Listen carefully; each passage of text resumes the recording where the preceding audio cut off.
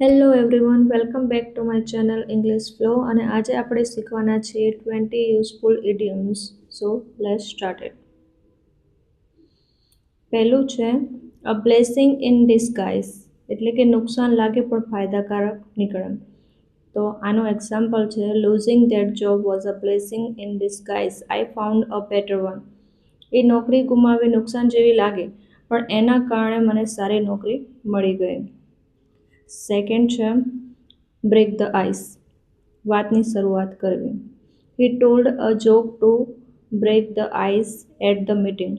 તેણે મીટિંગમાં વાતની શરૂઆત કરવા માટે જોક કહ્યો. નેક્સ્ટ છે બીટ અરાઉન્ડ ધ બસ, સીધી વાત ન કરવી. Stop beating around the bush and tell me the truth. ગોળ ગોળ ન બોલ, સીધી વાત કર. જો આવું વાક્ય તમારે ઇંગ્લિશમાં કહેવું હોય તો આ ઇડિયમ્સનો ઉપયોગ કરી શકો છો. પછી છે once in a blue moon, ખૂબ જ ભાગ્યે. We go out for a dinner once in a blue moon, એટલે અમે ખૂબ જ ભાગ્યે ડિનર માટે બહાર જઈએ છીએ. નેક્સ્ટ છે કોલ ઇટ અ ડે, કામ પૂરું કરવું. Let's call it a day and go home. ચાલો આજનું કામ પૂરું કરીએ અને ઘરે જઈએ. પછી છે અંડર ધ વેધર, બીમાર લાગે તેવું. આ ઇડિયમ્સનો ખૂબ જ ઉપયોગ થાય છે. જેમ કે I am feeling a bit under the weather today. જો તમારે કહેવું હોય કે આજે મને થોડી તબિયત ખરાબ લાગે છે, તો તમે આ રીતે કહી શકો છો, I am feeling a bit under the weather today. પછી છે પીસ ઓફ કેક, આનો પણ બહુ જ ઉપયોગ થાય છે. આ ઇડિયમ્સ ઘણા બધા વિડીયોઝમાં જોવા મળે છે.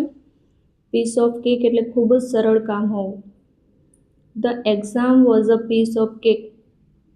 પરીક્ષા તો બહુ સરળ હતી. નેક્સ્ટ છે હિટ ધ શેક, જેમ કે આપણે ગુડ નાઇટ કહેતા હોઈએ છીએ એમ એના બદલે આ ઇડિયમ્સનો ઉપયોગ કરી શકીએ છીએ. Hit the sack. I am really tired, I'll hit the sack now. હું બહુ થાકી ગઈ છું, હવે સૂવા જઈશ. નેક્સ્ટ છે સ્પિલ ધ બીન્સ, રહસ્ય બહાર પાડવું.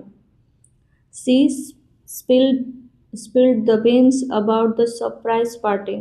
તેણે સરપ્રાઇઝ પાર્ટી વિશે રહસ્ય બહાર પાડી દીધું. નેક્સ્ટ છે અ ડાયમ અ ડઝન, ખૂબ સામાન્ય. Fake products are a dime a dozen these days.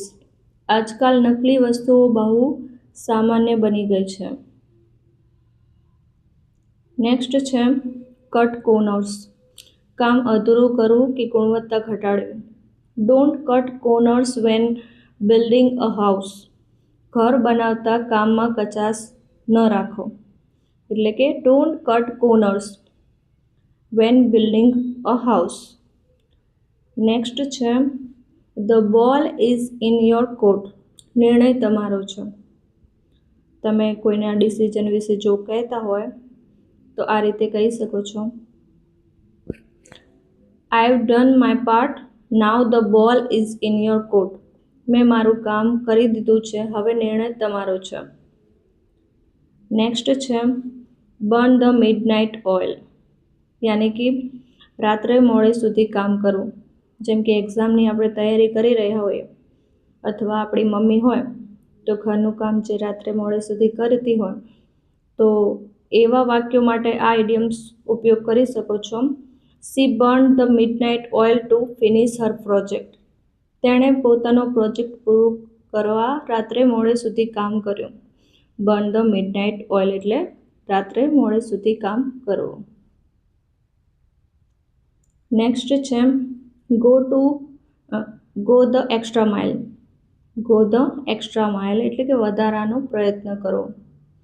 Good teachers always go the extra mile for students. સારા શિક્ષકો હંમેશા વિદ્યાર્થીઓ માટે વધારાનો પ્રયત્ન કરે છે. નેક્સ્ટ છે પુલ સમવન્સ લેગ, મજાક કરવી. Don't take it seriously, I was just pulling your leg. એને ગંભીરતાથી ન લો, હું તો ફક્ત મજાક કરી રહી હતી. નેક્સ્ટ છે cost an arm and a leg. ખૂબ મોંઘું હોવું. That phone cost me an arm and a leg. A phone મને બહુ મોંઘો પડ્યો. નેક્સ્ટ છે ઇન હોટ વોટર. મુશ્કેલીમાં પડવું. He was in hot water after missing the deadline. Deadline ચૂકી જતાં તે મુશ્કેલીમાં પડી ગયો. નેક્સ્ટ છે hit the nail on the head. બરાબર સાચું બોલવું. Hit the nail on the head. You hit the nail on the head with your comment. તમે તમારી ટિપ્પણીમાં બરાબર સાચું કહ્યું.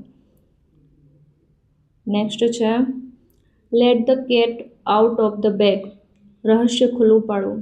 Late the cat out of the bag. He let the cat out of the bag about their engagement. તેણે તેમની સગાઈનું રહસ્ય બહાર પાડી દીધું.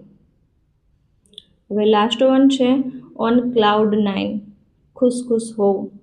She was on cloud 9 after getting the job. નોકરી મળ્યા પછી તે ખૂબ ખુશ હતી. તો thank you for watching my video and please subscribe and share.